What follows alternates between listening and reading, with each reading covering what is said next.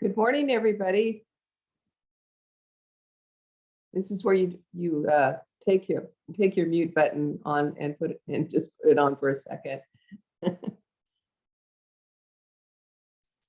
morning. Hi. Good morning. Hi, good morning. It's morning. It's still morning where you're at, and it's morning where I'm at the whole time, but by the time we're done, it might be afternoon for you. So welcome to the motivational interviewing training. I'm glad that you're here, and my name is Kathy Tomlin.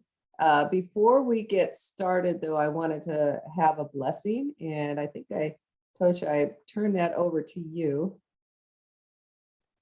to have our blessing before we get into the program. A little bit about who's involved with this project.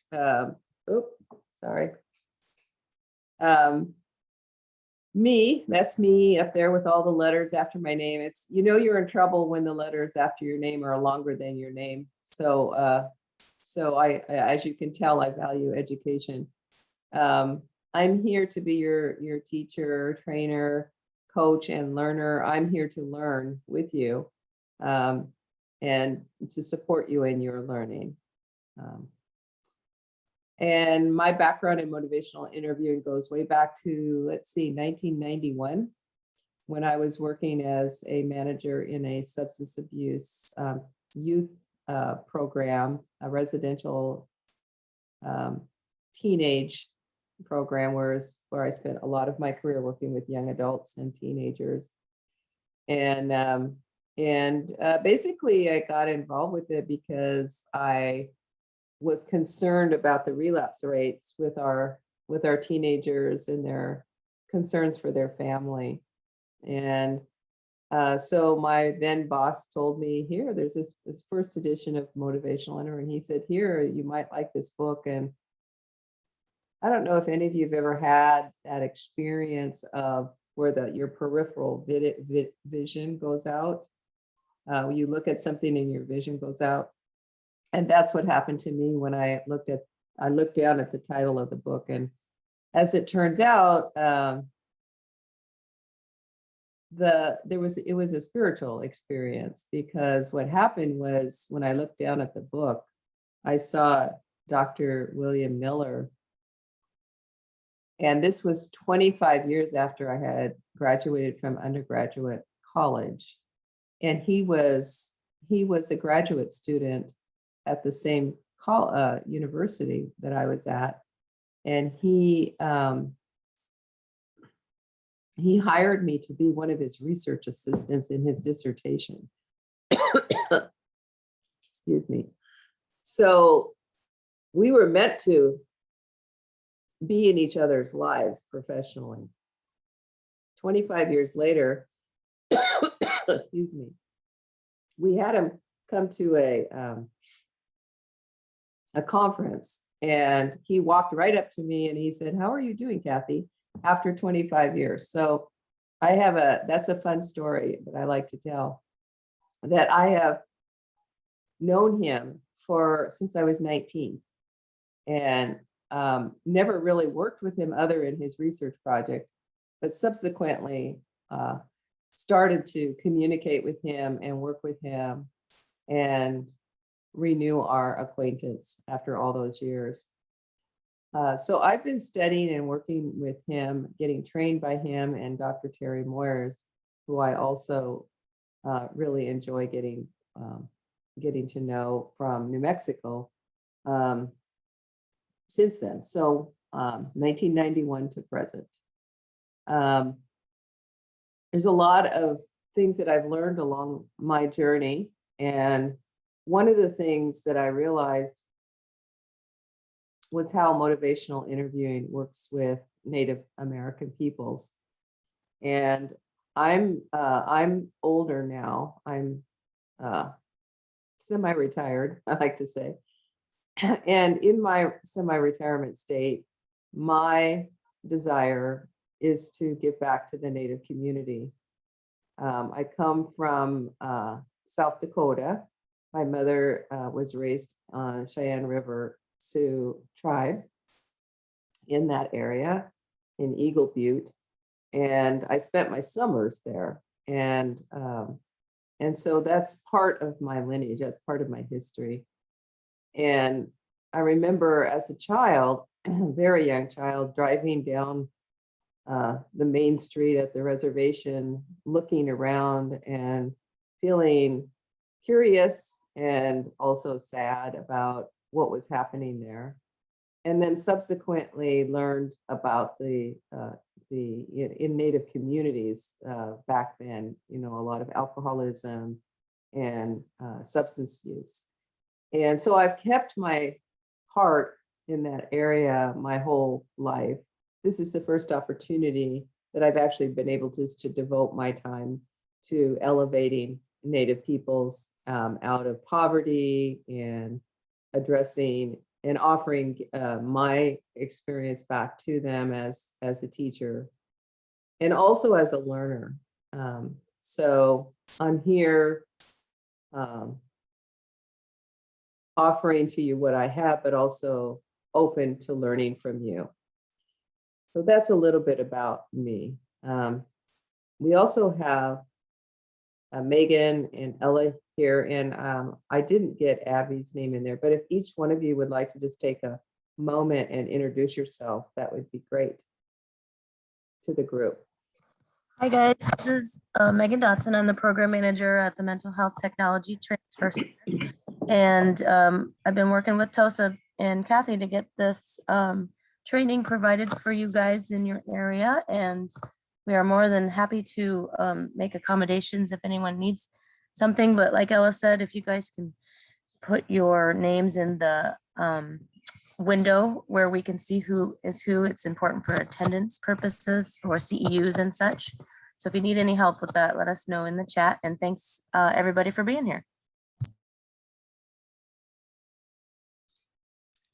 Oh, Shakipo Natishes. Hello, everyone. My name is Ella Driscoll. I'm from the Meskwaki and Ho-Chunk Nations. I'm currently in Iowa City, Iowa, and I'm here just supporting you all and being a tech person, a communications coordinator. And so if you have any issues at all with your session or with joining future sessions, please send me an email. I'll put my email in the chat box as well. But I'm happy to be here and see you all. Gabby. Oh, hello, everybody. My name is Abigail Buffalo, and I am an undergraduate assistant, and then I'm here with Ella to help with technical assistance. Okay, thank you, Abby. I'm sorry I didn't get your name up there, but I will. Would one of you like to talk about this slide? So we're actually the MHTTC, so this slide doesn't technically apply to MHTTC, but we do have 10 regional centers in the mental health network, and then we are the national center. There's also a national Hispanic and Latino part of our network as well. So we'll get the slide sent out to you with the updated map and regions.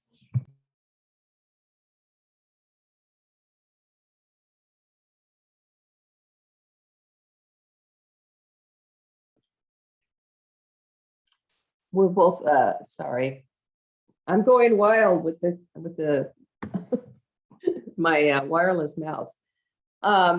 Okay, well, please make sure that you are registered for a couple of reasons. One, we like to know who's here, and we want to make sure if you want CEUs that you get them. Additionally, we want to be able to send you some products, if you will, that we've developed and also that other people have developed to support this training. In order to do that, because we're not in person, and if you want to receive them, we would need your mailing address so we can send more of those materials to you by the end of our program. So on your registration, that's how we know, you're part of the program is you're registered. So it notes that we would like to have your mailing address. And so if you did not notice that, or you would like to receive those materials, we definitely would need to know where to send them. I have a handout package, and if you could let us know if you've received it. It's all electronic because of the Zoom format and the pandemic and all of that. So if you did not receive that, just let us know. We'll make sure with that. So therefore, we need your email address in order to send both the PowerPoint. You'll get after each session, we'll send you the session PowerPoint. And then you should have what's called participant handouts. It's called Spirit of Communication participant handouts. And so in our training, we're going to have modeling, partnership. We're going to do practice. This training was, excuse me, developed specifically for skill development. And so that's where the focus will be. Is on taking what we know about motivational interviewing skills and practicing them and discussing them and introducing you to them if this is your first time attending this training. That's the focus, particularly in sessions today's, but also in sessions 2 and 3 and 4. So we're going to have what I call real play, which is something real to you in your life, or a role play. I would like to encourage you in a skills-based training, excuse me, I'd like to encourage you to allow yourself not to be perfect and not to know. That's the beauty of a skill-based training, is the more that you practice, the more you're open to not being perfect, and the more that you allow yourself to not know, the better the learning.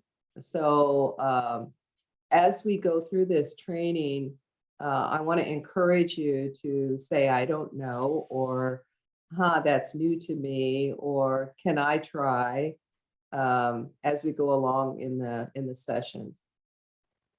I want to acknowledge all those who've gone before us that have allowed us to improve upon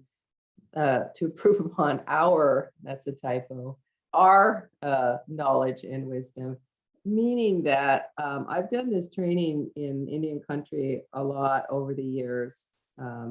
And I've learned every time in every different community how to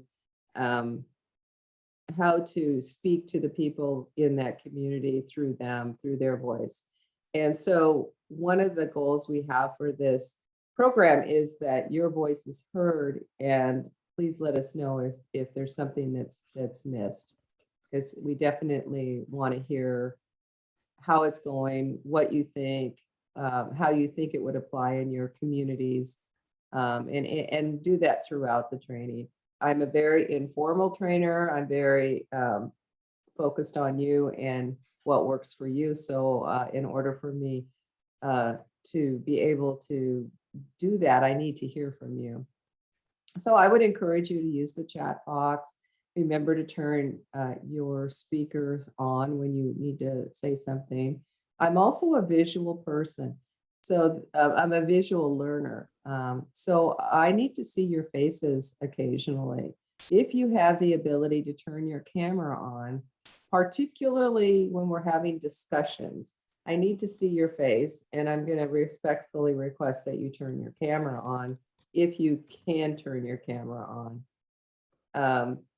That's during discussions and certainly during small group breakout sessions. Okay, can one of you talk about evaluation in CEUs? Maxine is Jackie Arpin. Yeah, so at the end of the training session, we will send an evaluation survey link that we'd like to ask you to fill out so we can satisfy our funders' request to gather this information. And then, it helps us continue to provide trainings like this for organizations. So if we could ask that you fill that out, it takes about 2 to 3 minutes. And then CEUs, those will be received at the end. We'll have to add up everybody's hours and figure out who gets what. And so at the end of the training period, we'll put all that together and we'll send you information on how to request those.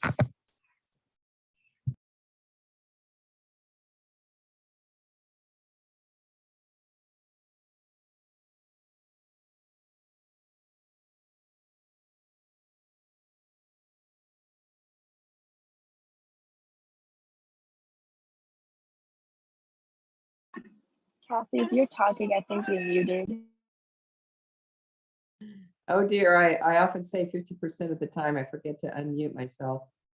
Okay, welcome everybody. I appreciate your comments in the chat box.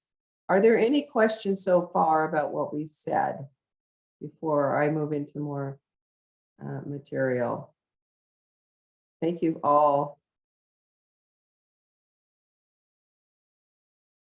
Okay, thank you all for checking in with us in the chat box. Okay, so the first thing we're going to do is in this training, because this is a 4-session, 2-session follow-up training, is we need to get to know each other a little bit better. So this is our breakout. This is the breakout session for today. We're going to break you into groups of 2 or 3. And for the next 15 minutes, it's really trying to get to know you a little bit better. So if you would share your name, if you want to, where you're from, and when you think about why am I here, to what do I want to learn, we want to hear from you what that is, but I'd like you to share that in your small groups. And then if you wouldn't mind describing if you've had any previous exposure or training to motivational interviewing, to kind of let me know where you're at in your learning process. So with that said, we'll break, looks like there's 27 people. We'll break into those smaller groups, and I will see you on the other side in about 15 minutes. Yes, and I can put you into groups, and I'm just going to quickly type the questions. Oh, Kathy, do you want to write those questions on that slide in the chat box? Yes, chat box. Here we go.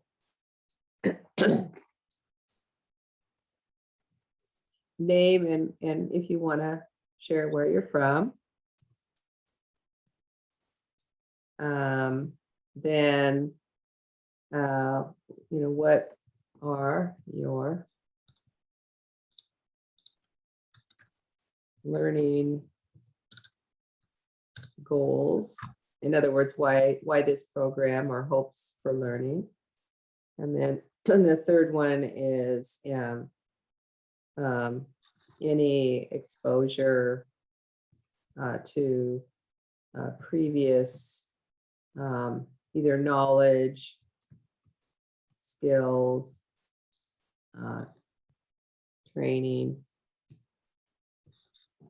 about motivational interviewing.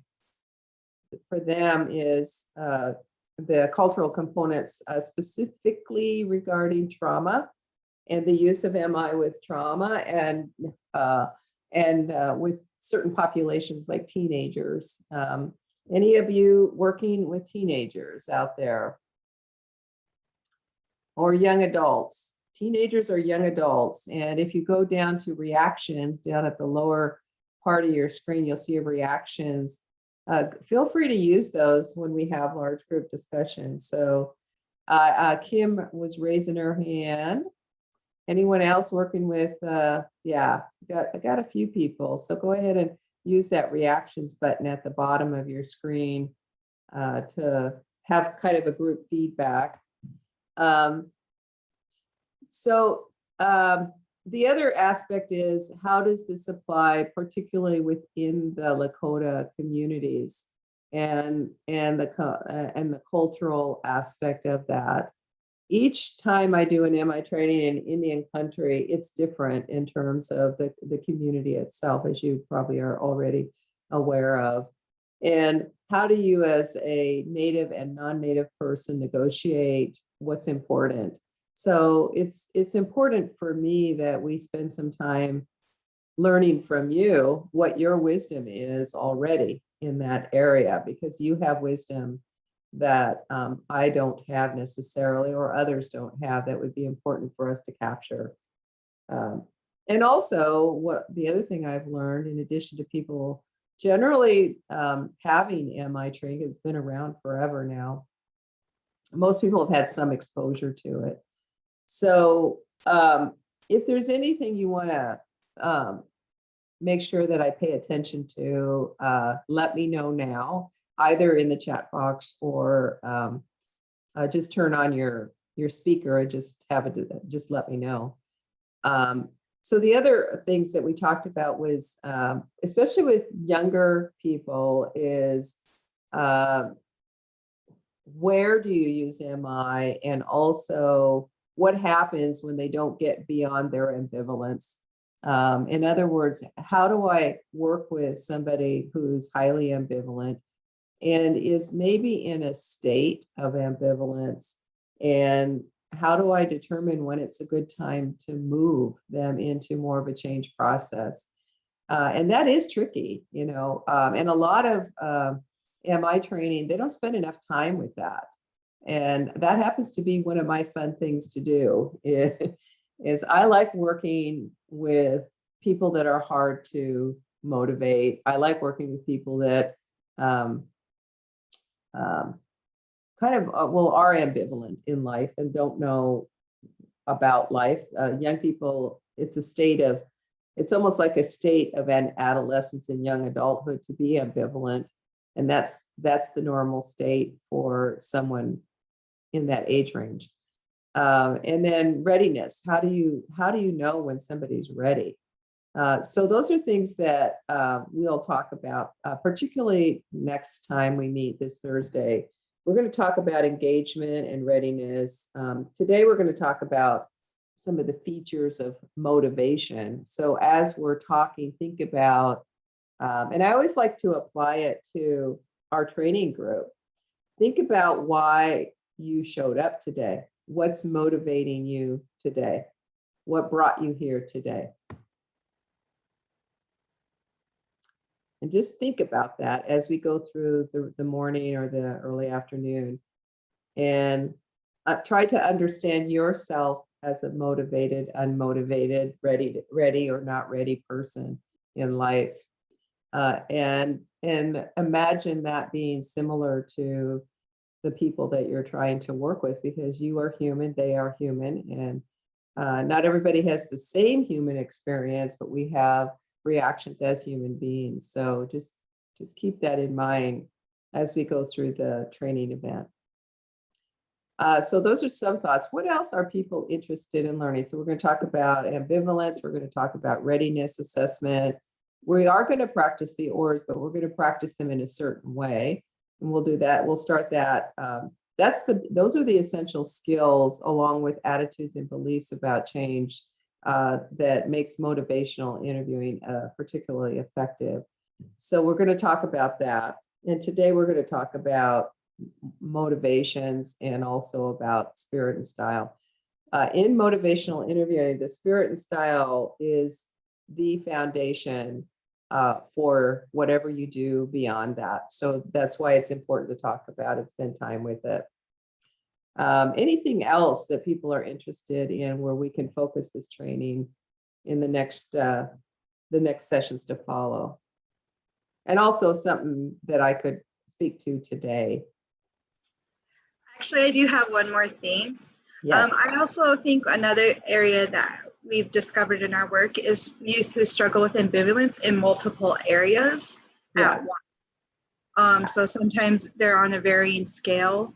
And so sometimes it's just helping them, is that how to manage those different areas, whether that's addictions or, like I told you, the runaway behavior. Some of these things are like tied together. And so I think addressing that as well. Yeah, the state of teenage life is ambivalence about life. But that's a and we'll talk about that. When you're working with teenagers and young adults, I'll put young adults in that category as well, because it's also prevalent with young adults is development. What's their normal development, and how does trauma and other life issues interfere with that development? And then what's the Lakota way of responding to that? How would you as a Native community respond to that?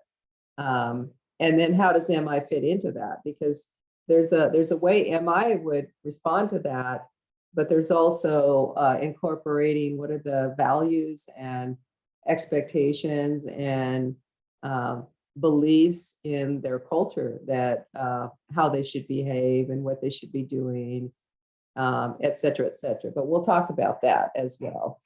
And that's where your voice is important, because you are very creative as a group of people, in my experience, and you have a lot of your own experiences and wisdom to share. So I want to encourage that you do that. What else do I need to focus on that would be important? Thanks for that clarification, Kellen. Anything in the chat box? Keaton, Grant, and Cahomi. Okay. Thank you for letting us know. Should I call on somebody? Would that help? I'm a little affected by the time frame for our sessions, so I might put a little more pressure on you because we have a limited time frame. There are 2-hour sessions. So anybody else before I move on? And let me just show you what I wrote down. Maybe it helps visually to see it. So these are some of the focuses that I heard from my small group. Does your learning, can you guys see that okay? First off. Yeah, we can see it. Okay, thanks. So these are the things that I've heard that people talked about in my small group that they want to know more about. Is what you want to know more about represented in this list, or is there other things that I need to know before, as I plan for our events together? Dr. Tomlin, this is Tosha. Hi, Tosha. I really want just to see MI in examples that folks in the group may see or encounter every day. Like intimate partner violence is one of those situations that we see a lot. Suicide prevention, how do we use MI in that type of circumstance? And even just like health choices, like can we use MI for someone to make healthier choices in their life? Like it would just be cool to have specific scenarios, especially around the suicide prevention, substance use, and trauma or intimate partner violence. And that's where you come in, because you will be describing those, and then we'll try and see how it works. There are limitations with some of this, and we definitely want to speak about those limitations, but there are also areas of strength where this approach could work very nicely. So we'll break that down. MI has been researched with interpartner violence, suicide. It's actually in all of those, but there are limitations depending on safety and depending on what's happening in the particular situation. So think about it from a crisis management perspective. What's the risk management in each one of those situations, and how intense is it in the immediate now? Once the safety issues are minimized or are not high risk, then what should I do? But that's a great addition, Tosha. Anyone else? You can always add it to this list later, but whatever you offer to me today is how I'm going to focus this training in the future sessions. So speak now or forever hold your peace today. Next time we will, I'll open it up as people start to learn and incorporate this. The other things that we are going to do is we're going to talk about values. And they'll be both personal and traditional. And so what are your values and what is your cultural values? And what does that tell me? What does that mean to me to belong? And then how am I not behaving that way?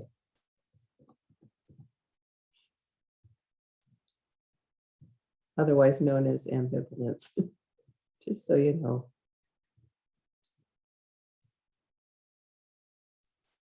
Anything else? Keaton? Yeah, I would like to. Yeah. Yeah. Oh, you got good eyes. I'm barely raising my hand. I try. So, I think that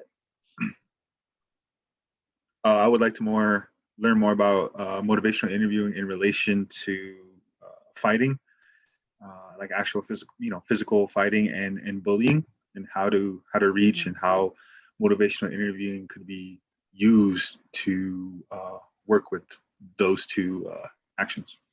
Okay. Alrighty, thank you. Thank you, Keaton. You know, when you think about it, these areas, think about clients or people that you've worked with that represent those areas, and then we can figure out how MI would work. And also think about, what do I want? What is my hope or outcome?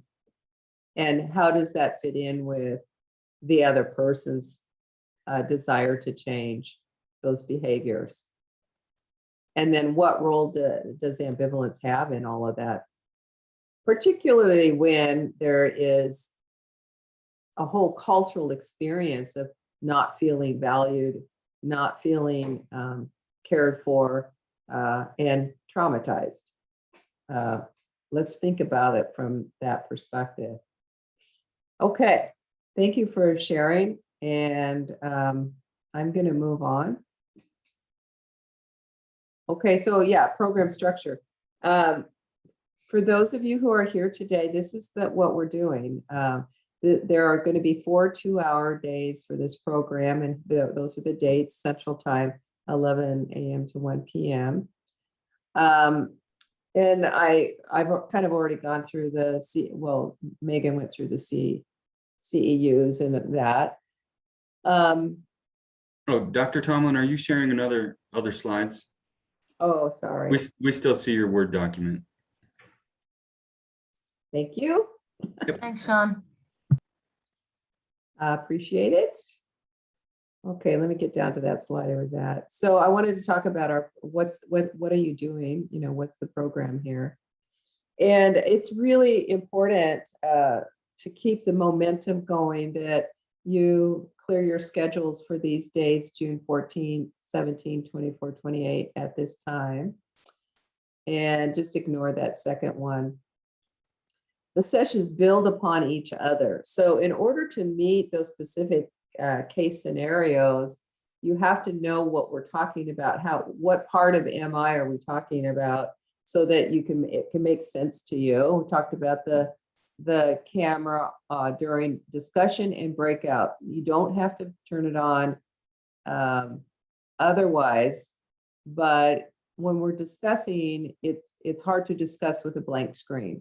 So I am going to put a little pressure on you to turn your cameras on during discussion sessions and breakout. My expectation in a skill-based training is that you will participate at your comfort level. It doesn't mean that that you have to be on all the time, but that you will be and you won't be distracted. You'll spend some time focusing on this time frame and what we're talking about in order to benefit as a learner. And then, of course, use the chat box for questions and other kinds of communication, which you guys are really good at already. So thank you for that. And then part of being in this program is that you will get 1 to 2 hours of post-training follow-up. So you can bring a case, for example. Some of you mentioned specific cases that you might be struggling with. We can use those in the training, but you can also bring them to the post sessions. And those dates are there, July 12th and August 9th, same time frame. And also I can coach you on how to use a motivational approach for those particular things that you are struggling with. I can help you grow and develop into this practice. And that's one of my favorite things to do. I've done a lot of supervision of MI practice with people. So mark those dates down. And because you're here today and you come to the program, you get that support beyond the training. So what are we wanting to do? Focus on the practice skills needed to use MI approach for behavioral change with clients. That's kind of your standard MI goal. It would be important for me that you feel more confident and that you are able to improve your skills with your involvement and permission.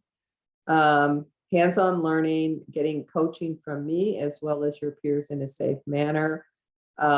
Where needed, discuss cultural adaptations and improvements to this practice. Remember, this practice is already culturally sensitive, just as an evidence-based practice. However, each tribal community has their own way of doing things. And so the adaptations that you need to make are based on your knowledge of how you want to adapt, where you want to adapt, and what are some suggestions. So for example, if you're dealing with a highly traumatized population, how is that trauma manifesting itself in the culture? And what is the health of the culture? What are the resiliency events in the culture that address that trauma? And then how does MI as a way of being with somebody, how does that fit in? So how do I understand what motivates a person to come to you in the first place, to feel safe with you, to show the trauma to you? How do I work with that over time to help them adapt their, I call them coping strategies. They're coping the best way they know how, but the best way they know how is not the healthiest way necessarily. So what are the cultural practices, events, activities, people that can help them process that in a good way? And and how does the skills of MI feed into that? And also to work in a virtual environment safely and efficiently. One thing that you'll find out with MI is that you'll get in touch with your own trauma. You'll get in touch with your own issues related to historical trauma, and you found a way to cope. And then how is your ways of coping, assuming it's a healthy way? Where did you learn that? How did you learn that? Who was around to teach you that? Those kinds of things to remember to stay close to your heart. Where am I at in my process of healing? All right.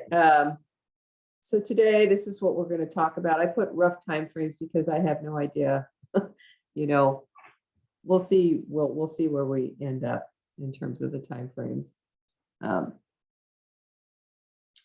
Okay. So I'm going to move forward. So to get us started, I'd like you to, this is a reflection activity. So I'd like you to reflect.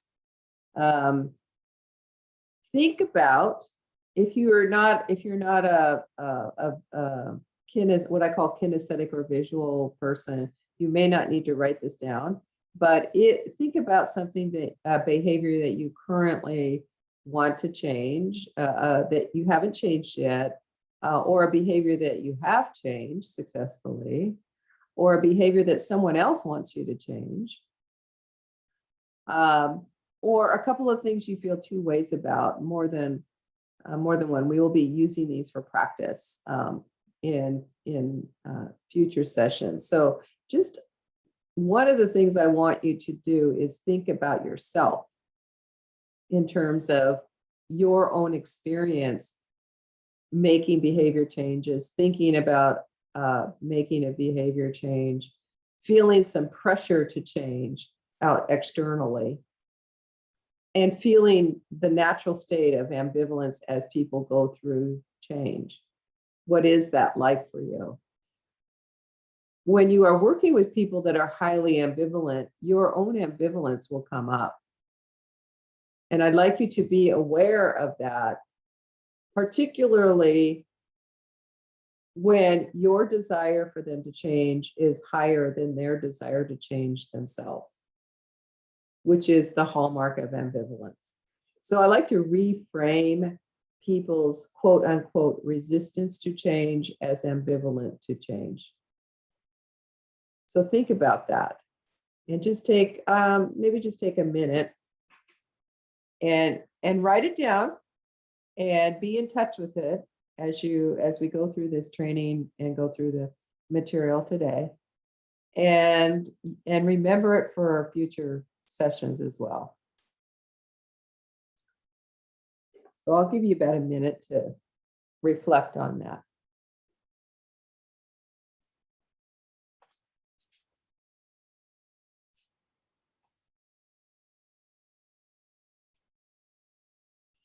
And this is something you do not have to share with our larger group today. It's just something to keep in mind.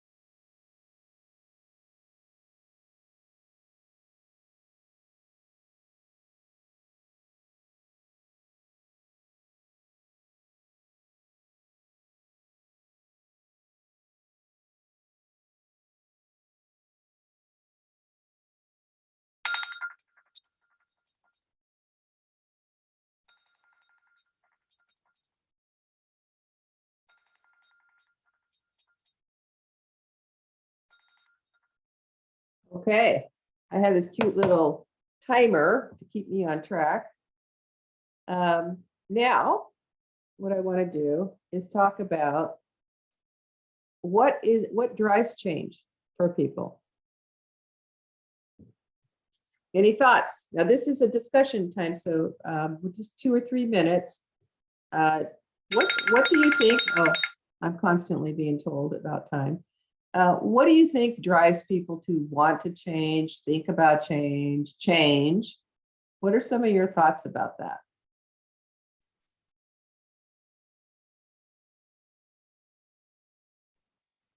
Well, motivation, right? Well, tell me a bit. Thank you, Keaton. Thank you. What do you mean when you say motivation? Well, there has to be a relationship between why they're feeling like they need to change, and that relationship between what you want to change needs to be strong enough to, secure a commitment to change. So, okay. What do you think influences that? What are the things that influence that desire? Well, I guess in the wild, it really just needs to be a perfect storm. Yeah. It needs to be something you feel good about in a time where you feel good and you feel capable. But in a more structured environment, I think it's someone like us enacting change and who know how to be there while they discover their motivation for Yeah. this change. Yeah. Okay. Other thoughts? Thank you. I think That's this is a great Caitlin. answer. Go ahead, Caitlin. I think going off of what Keaton said about motivation is a lot of different things influence people's motivation. You mentioned, in the wild, you like kind of have to, but otherwise, like today, societal influences, your support systems around you, things you're seeing would influence whether you would want to change. I think having a family, I know for myself, having a son influenced me to want to change, and I see that in a lot of other people.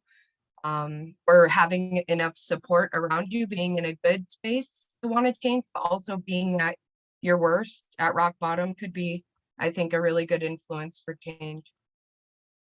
Feeling pain and life changes. Yeah. Seasonal changes is what I'm hearing. What else are people thinking about when it comes to what drives the change process? What is it? Kathleen, Yes. I'd like to offer a couple of comments. Being new to motivational interviewing, I kind of get the concept as how you have discussions, whether they're interviews or follow-ups with whether it's your clients, your patients, or your program, or even coworkers. And I'm thinking you're expanding it to maybe even family or people you meet. So the first thing that came to my mind is when I talk with relatives and they know that I'm in a wellness employment, I have a wellness employer, they bring up the conversation about getting sober or clean. And I find what motivates them to change at that moment is being incarcerated or having lost their children or having lost all their money or, having domestic violence in their household. And to me, I think those are what I see a lot with my Native community for people who want to make changes. They're not living the life they want. Yes. And so then, because my mind was all focused on about healthy wellness lifestyle, but then I thought about myself and like I like to write, and I always say, I'm going to write 1 hour a day. I'm going to write 30 minutes a day. I'm going to write twice a week, 30 minutes, and I don't. So I think this program, it covers from a very large, like someone who's in a variety, someone who's incarcerated, maybe some personal goals. Is that kind of what we're doing with this? Absolutely. Okay. Yes, and thank you for sharing your perspective. Definitely, you've got it. You've got exactly it. And as we go along, I want to hear more of what you're experiencing, all of you. Anyone else before I move on? Want to share? And thank you for your thoughts, by the way. You pretty much did the next 3 or 4 slides. What motivates change? Other people? I was values? thinking, Yeah, go ahead. Well, I was thinking, Dr. Tomlin, I always hear like from different professionals, like change is driven by when your desire to stay the same is different than your desire to change, or when your desire to change is greater than your desire to stay the same, which is like a simple way to put it. But when, like Keaton was saying, that perfect storm of everything kind of coming together to kind of give you that nudge. And another thing I wanted to say is that clarity also provides change, because a lot of times we know we want to change, but we don't have exactly what we want to change. And without that clarity, our energy and resources just can go all over the place, and that can be exhausting. And so clarity is one of the things that I really look for. Yeah. Clarity, external, internal motivators, community. So what's the Lakota view about change? Yeah, Grant. I was just going to actually tap into something similar. I've always heard that little saying they have, accept the things. I can't remember how exactly how that goes. God grant me the serenity to accept the things I cannot change, the courage to, the wisdom to know the things I can, and the bravery to go ahead and make those changes. That's a paraphrase, but yeah. Right. But I think in a different sense too, also, I think our Lakota people, we have that, we used to have, that alpha kind of type of mentality back in the day. And I think our warriors and all the way we uplifted, we're really strong. We're really active in a lot of everything. And so I think one of the things I heard somebody say, said, yeah, that's a good saying, but for us Native people, we need to be more strong to not be learning to know that it's okay to not accept things anymore. Yeah. And in order to do things for ourselves. And so I think learning that balance in there, like for me, for the change of going through my tragic time, I didn't want to accept feeling sad and sorrow all the time. It's like when you're a part of our tradition and Sundances, when you get sad and you feel like you're wanting to get more sad, it's almost like this spirit comes, and says, "Oh, I'm gonna keep making things sad for you until you finally change." So it's almost like it's our cultural law, It's like a hidden law we don't know about. But when we're part of that Chinoopa, when we're part of this lifestyle, we can't be. We have to have our hardships for our ceremonies. We can't have our hardships in our minds and keep us sick. Otherwise, it feels like there's a spirit that's going to come and make it more hard and take more things from us. Mm-hmm. So in a way, we, through that Lakota way of how we look at it is we can't accept those things. We can't be that way. We have to go back to our old ways where our people made decisions first for ourselves. We can't help the nation. We can't hunt unless we're okay. Yeah, we can't do those, especially for us Lakota men. That's the only way of perspective I could come into do that. We can't protect anyone if we're not okay. Mm-hmm. So I think for a lot of the things is we need to stop to accept if we can't do things, if we can't live up to these European expectations, we got to accept that. And then we got to know have that. our way, have our own ways. Yeah. Yeah, sorry, I'm long-winded sometimes when I talk, so I apologize. But no apology needed from my perspective. Okay, God grant me the courage to accept the things I cannot change. I had it in my head when you were talking. That saying, God grant me the courage to accept the things I cannot change, the courage to change the things I can, and the wisdom to know the difference. That's what you were talking about. That's an old 12-step recovery belief. So yeah, so part of what motivates change is, what do we believe? What do we think is possible? Which feeds right into that trauma. Do we identify as a victim of trauma? And is our trauma real? Yes. Do we identify too much with it? Yes. How do we know from our ways how to cope with that? Ceremony, culture, spirituality,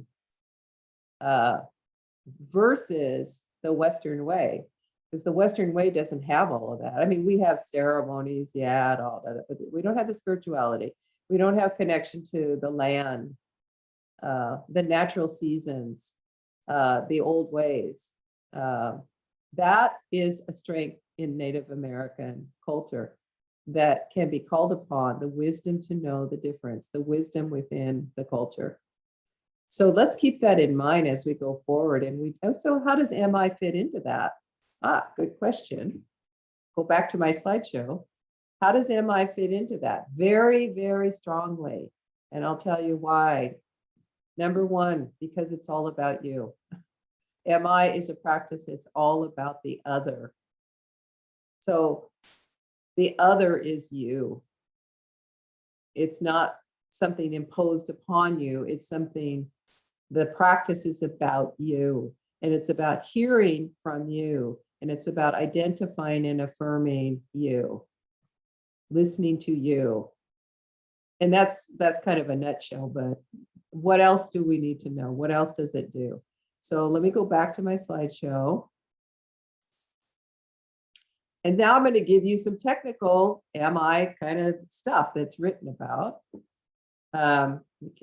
Here. If I'm motivated, highly motivated, that means I'll take action sometimes. My motivation changes moment to moment, day to day. I think Jean talked about that, in the moment. For this particular practice, it's behavior specific, meaning what am I trying to address specifically? So we talked about all those areas, interpersonal violence, suicidal ideation, substance use, family histories, tribal history. Those are broad categories, but what specifically in those categories am I trying to change? I'm not asking you to necessarily volunteer anything right now. However, think about that. When you want to learn how to intervene with those behaviors, what is it that I specifically want to address? And without your client telling you, it's useless because it's all about them. Motivation that comes from within you. So when I'm having challenges, when I'm having tough times, what is it that my spirits are trying to tell me? And how do I listen to them? And how do I hear them? And how do I pay attention? And when I'm with a person that cares about me, how do I express that? The interactive. And what about motivation? I think you guys have talked about that. The one thing that I think is super important is you as the professional, you have a strong influence on the client or patient's motivation. So how you are with somebody determines whether they are going to share with you, and they are going to feel safe with you, and they are going to tell you things, not for you to make it better, but for you to understand and appreciate. Okay, so with that in mind, why don't people change when they're in pain? So this is another, why don't people change when it's pretty obvious that they're in pain? I think to some extent, Grant talked about that. Well, maybe I need more pain is what kind of, in order for the spiritual side of that is, maybe I'm not ready.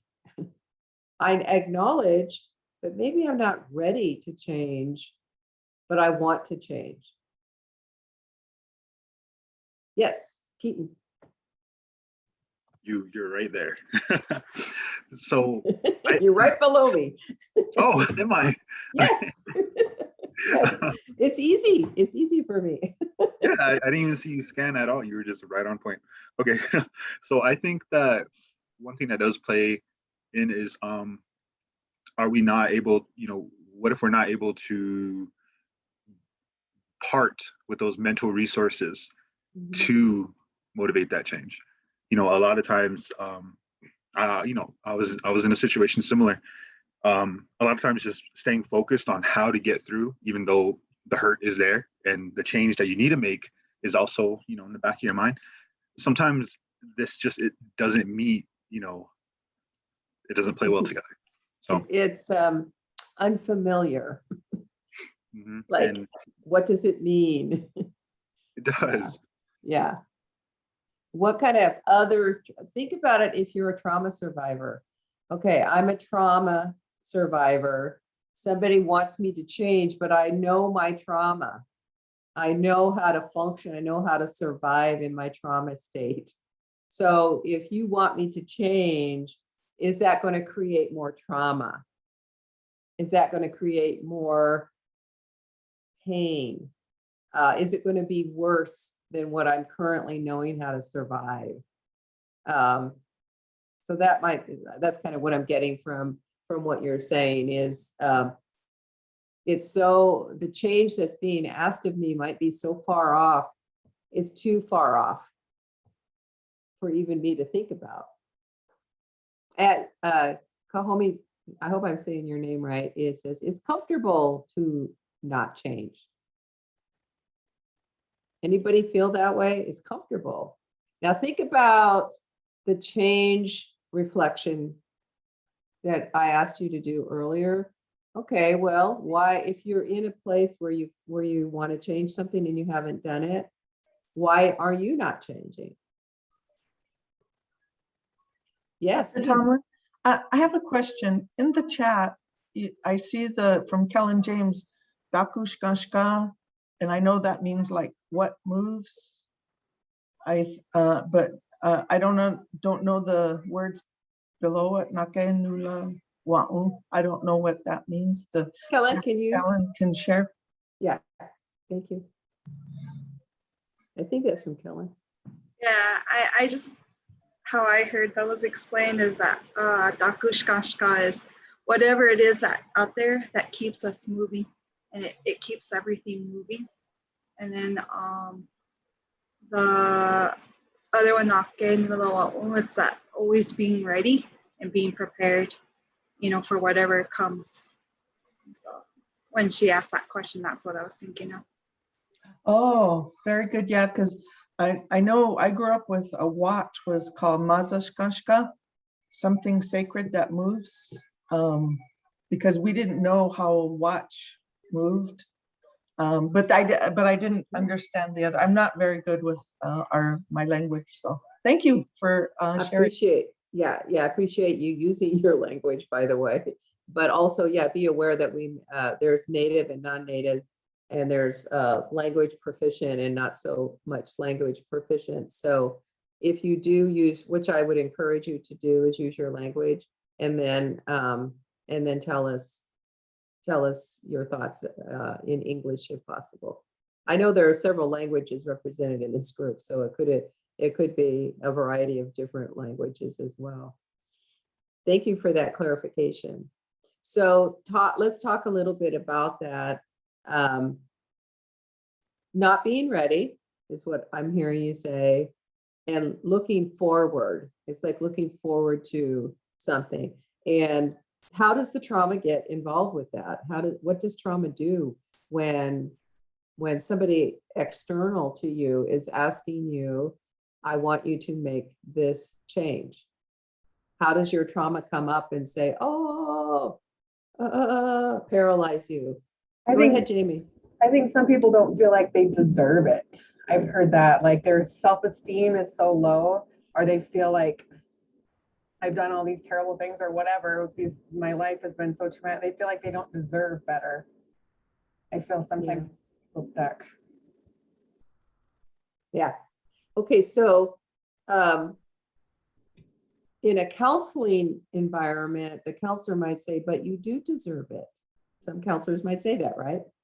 And in an MI way, the counselor would say, tell me more about that. Yep. What is it about not deserving for you that makes sense for you? Remember, you're working with the wisdom of that person. So what is it about your feeling unworthy that keeps you from not going forward? you hear the difference. Yeah, go ahead. Part of that too, though, is building rapport with these, with whoever. I mean, and I know we're jumping ahead right now with these It's okay. I think there is that big part of that rapport because, when we're asking people of their story, when you talked about, with our trauma, when you have trauma, people strip you of your own agency. So when you have someone coming at you, telling you what to do, or saying, I think you should do this, your inclination is going to pull in. And, I think that's a part of that. When you have someone you're willing to share your story with, your pain with, it's easier because a lot of times I think speaking on behalf of my coworkers and, in my past work, and it's funny, one of my old coworkers, April Eastman, is on here too from the other side of the state. But when you work with youth and they're like, I don't know, I don't know.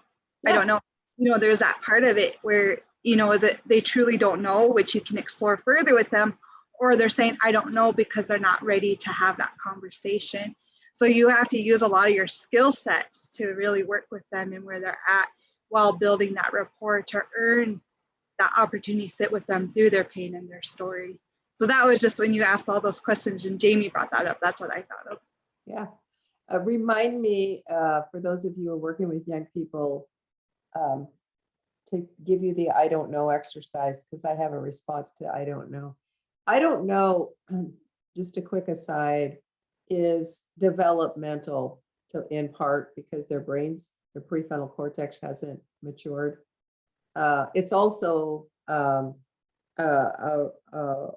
complicated by the fact of their trauma history and their substance use history and other behaviors that they've either witnessed or experienced that slows down that developmental brain process. But I do have an activity that I created years ago that works really well with the I don't know response and is very MI friendly. So I won't spend time today, but I will be willing to share it with you on what you could do as an intervention with that.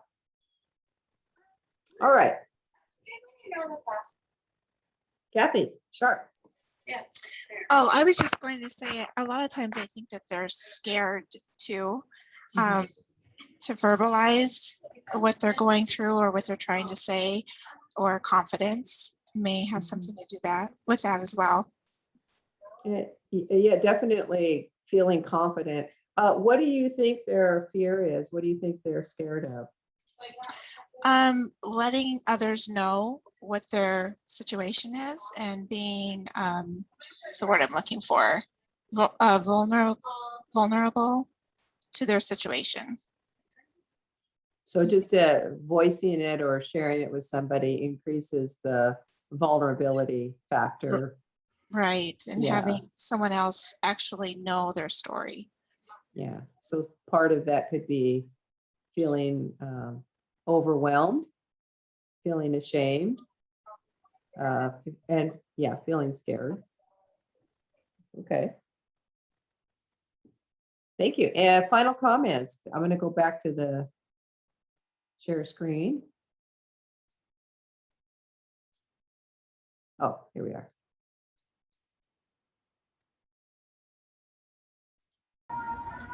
I have a final comment on that real quick. Yes.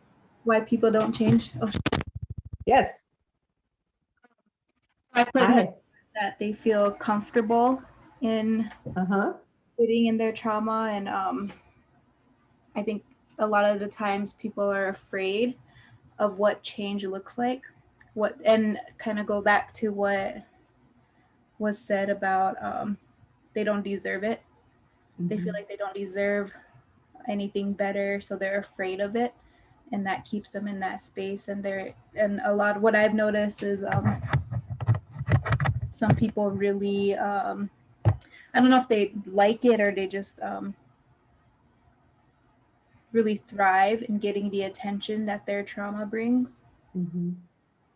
So that's what I mean by like they're comfortable in it.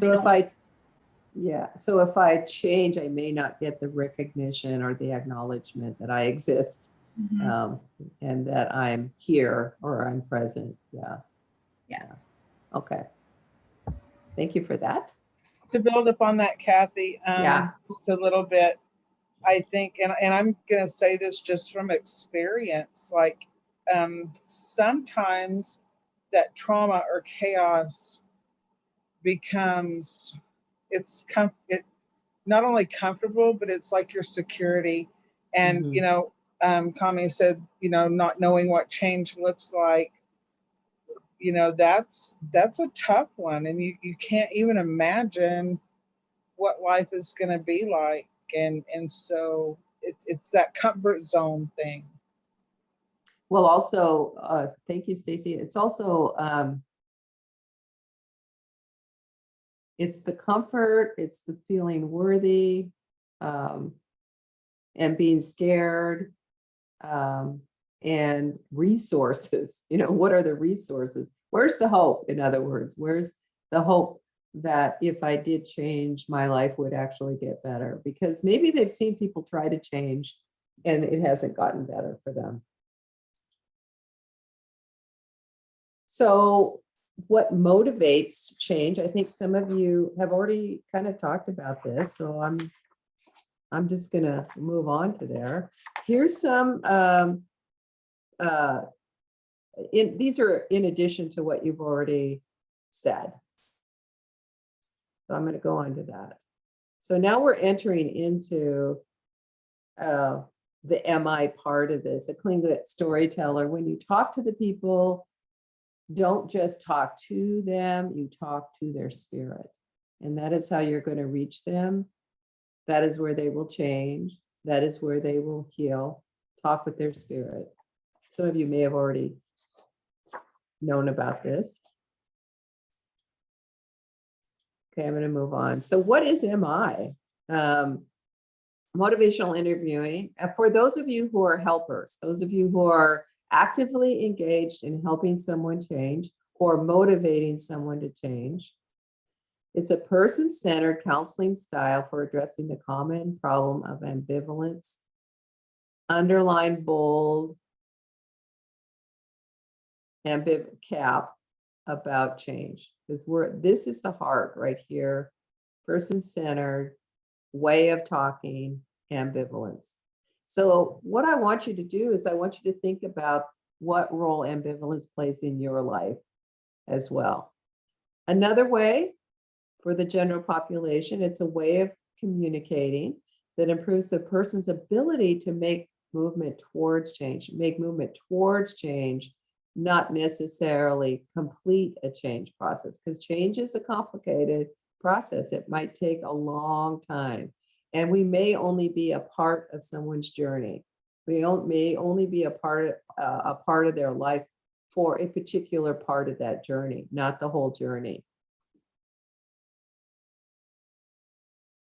So the MI spirit. I want to get to the exercise. Collaborate, call forth, evoke, support decision-making, because people will make decisions without us, versus confront, over-educate, or laud authority over them with acceptance and compassion. So here's how MI spirit works. There's 4 components: partnership, collaboration, compassion, meaning, well, I'll get into the definitions, acceptance and evocation. And here is a visual of how that all works together. So when you're working with your own change process, or you're working with someone else's, this is the attitude I need to have. This is the belief that I need to adopt to be a good MI practitioner. So what does partnership mean? Now I'm quoting from text here, but partnership, collaboration between 2 experts. I'm their companion with deep respect for them. Acceptance, a belief that human beings have inherent worth and deserve respect without having to earn it. Now that's a belief that you can communicate to your clients. And it's represented through being empathically, accurate empathy, we'll talk about that next time, affirming and supporting their decision-making process that is a healthy decision-making process. We're not going to necessarily, but they have the right to decide. And that might be a new concept for our people, is I have the right to decide for myself. The spirit of compassion is to have your heart in the right place, to be able to place their welfare of their needs before your own in a way that is in deep partnership with them. And the spirit of evoking is to be able to acknowledge their expertise, the expertise of them, and to call forth that wisdom to evoke and strengthen the person's change motivations that are already there. So I think that that particular, to evoke from, there's a movement in Native American communities about Native resilience. And that's what I think that's talking about is what is Native resilience? What I think Grant talked about it. What is the Lakota way? What is Lakota ideas about, how have we survived all the trauma that our people experienced for hundreds of years? We've survived. The language is coming back. The substance use problems are being dealt with. It's no longer okay to hurt each other. We don't have to internalize the oppression. We have value independent of the Western ways. We can exercise that value. We can show our strengths and support each other and not so much educate, but by our behavior show that we're independent of the dominant culture to some extent. We have to work with them, but we also have our own ways, and that we hold firm on those ways. So here's the activity for today that I wanted you to focus on. So to operationalize this, partnership, compassion, evoking, acceptance, think about people in your life. This is somebody either from your past or your present that showed you the following in their relationship with you. So let's just take a moment. This is another reflection exercise. And write this down or remember it, because then I'll break you into small groups for a small group activity. Who surprised you by treating you as an equal, a partner, possibly someone who served as a guide for you? And this could be different people. It doesn't have to be the same person. So think about that.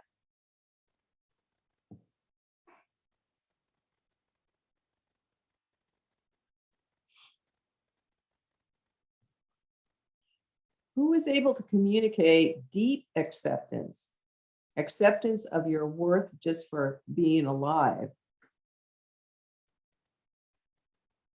of you just as you are or were at that time?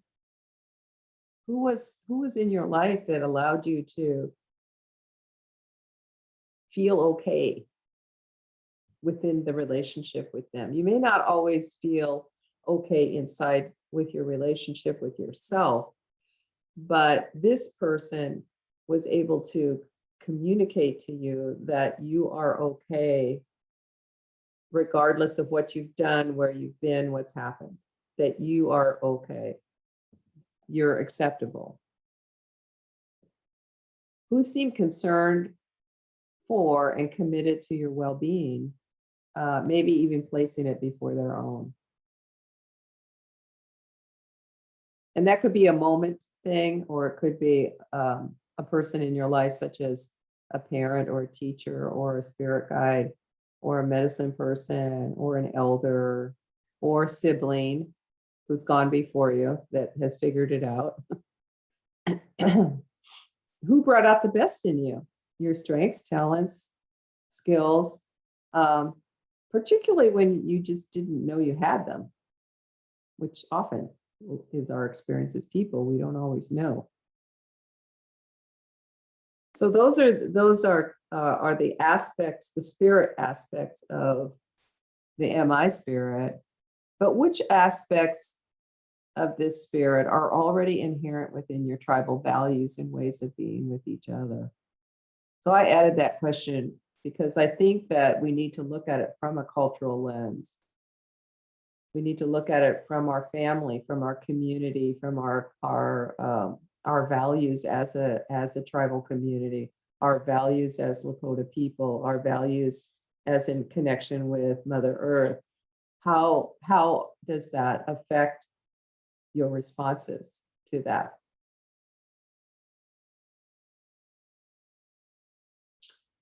Okay, now, like I said, it could be different people. I'm going to stop sharing that, I think, maybe. And then I'm going to try to put that in the chat box. Oops. All right.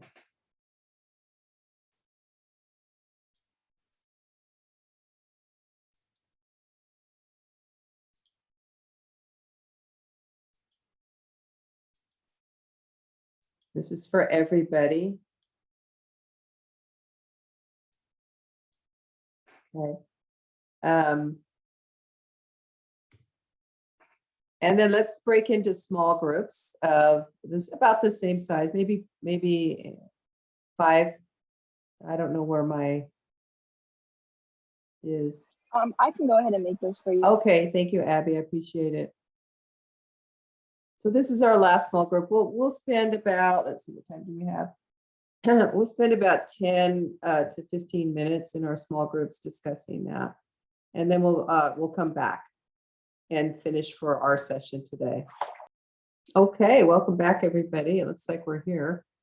What was that like for you? I don't, unless you want to, I don't necessarily need you to tell us what your group discussed about. But what was your thoughts about that exercise in general? Tell us more, Jean. Thumbs up for Jean, but say a little bit more. I was just telling the people in my group, I did not expect this to be interactive training.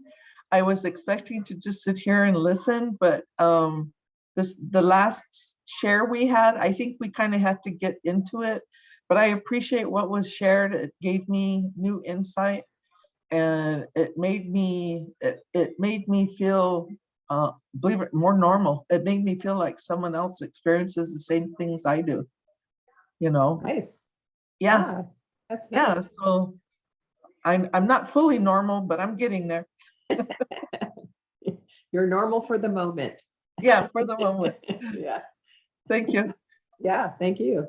I Who agree else? with Yeah. I agree with Jean. It was uncomfortable and a little bit vulnerable right away, but after talking with my group, I felt more normal. I guess a little bit bonded and supported with each other. Nice. Yeah, nice. I would just recommend more time for this Okay. session, more than the first, like the first group session that we had. It kind of like went a long time, Yeah. but you know, some of this, whenever you're doing reflection like that, I think you need to have time to process and to deal with it, because it can be really triggering. When Yeah. you stop and think about who accepts you, that's a big thing. Mm-hmm. That's not a little thing, Mm-mm. you know? That's and huge. so to have like 3 minutes to be able to do it and then process it and then get back into a large group setting, that's a little tight. You only had 3 minutes because of your group size. No, not everybody in our group got to go, but what I'm saying is I think overall that particular exercise needs more time. Okay. Noted and taken and adjusted. Yeah, Grant. I didn't notice, but yeah, it was a little bit shocking to me that the way someone connected with me on the reservation, and the way how it made me strong and to do the work that I do. Now I'm at a point where I have to connect the same way with my participants, but we're not trained that Lakota way Mhm. of how I did it for me. So it's almost like yeah, that's what I noticed. Foreign. Yeah, it is. I'm gonna say it as it is. The training that we all have, that's not how I connected with someone who connected with me when I was younger. And yeah, so it was, I don't know, weird, but I just had to throw that in there because I was like, whoa, someone connected with me like that and helped me become strong. And now I'm at the point where I need to connect with a lot of the trainings I have today and I had before. It doesn't say to connect with people like that. So No, it doesn't. And that's the beauty of the MI approach is it requires that. And it could be one-on-one, or it could be in a talking circle, or it could be in a family group, or it could be informal, really. It doesn't have to be a structured way. Okay, so Kellen, MI is spirit work and is interactive and vulnerable. What we will need to understand with our community members when we apply MI. So be sensitive. I'll interpret a little. Be sensitive to how this approach will affect the people that you work with. It has that effect in general, but I think when you offer your heart and spirit to somebody, it does require more. It does require more sensitivity and more silence as well. So it's like sometimes sitting in silence with a creating an environment of acceptance is pretty powerful. Also, sometimes people come to see you and they think, oh, you're going to do something to me. You're going to ask me to do something. So you're in charge, and this is flipped, where actually the person is in charge. And that might take a little bit of getting used to, because the history is not that way, but it doesn't mean the history was correct. Okay. Kim, yes. I will get you the handouts so that you can reflect on this. And I particularly will send you the PowerPoint because it has most of it in there. And I really do want you to process this because we are time framed in our Zoom interactions. That's part of kind of the process for us. We cover over time. We cover 2 weeks of time. And I expect that you will continue to process what you're learning and what you're experiencing. And I ask you to do that, right up front. I'm asking you to reflect upon yourself and to reflect upon your life. And that's what we're asking of our clients. So I'm asking you to do that as a professional, as a training experience. I'm asking you to do that. So if you journal or you do some kind of ceremony, or you take a walk in nature between now and Thursday and now in the next sessions, if you do some teachings, you read some teachings, you talk to somebody that you feel close to about what you're experiencing. Not that you talk about others, but that you talk about yourself. What am I experiencing in this moment with this training? I'd like to hear that if you're willing to share. So just be aware that I am. The fact that you're acknowledging that things are coming up is exactly what I would do if we were in person. I want you to experience this in a safe way. Meaning, what are your boundaries? Are you communicating what you can and cannot do? I'd invite that as well. What can I not ready to do in this process? Just be aware of that. Okay, Stacy, thank you. So I need you to do an exercise. I know homework is a nasty word for some people, but this is fun homework. And I really need you to do this to save time, basically. I do it in the training if we had more time, but we don't. And I want to maximize our time. So next time, Thursday, we are going to do more of small group interaction and more practicing. And I'll need you to pull this up. It's look at the website up above. In fact, I'll cut and copy it. And also I'll have the team send this to you. And I need you to fill out the, I need you to do the activity, the values card, personal values cards activity. I'm going to see if there's instructions. So what I want you to do is sort these different areas into important to me, very important to me, and not important to me, and have that ready. Just go that far. So take all of the different values cards and write them down in these different categories and have it ready for our next session. So if all of you would be willing to do that, and then I will give you the link, and then I will have it sent out to you as well. So that's your instruction for next week. Sort into the 3 categories, and we'll pick up from there in the values card sort. Any final thoughts, questions, comments before I say have a good afternoon and thank you for being here today? Final thoughts, suggestions, comments?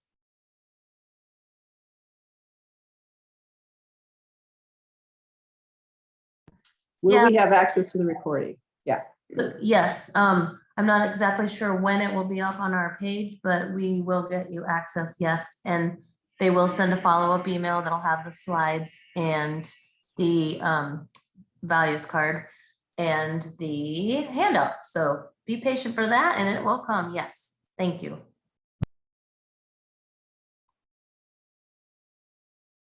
How did this session go for people in general? I've taken your feedback and I will make adjustments, but in general, was this what you expected? Is this more than you thought? If there's something I need to change, let us know. Either email me or put it in the chat box, or any kind of feedback you can offer is helpful for improving this as we go along.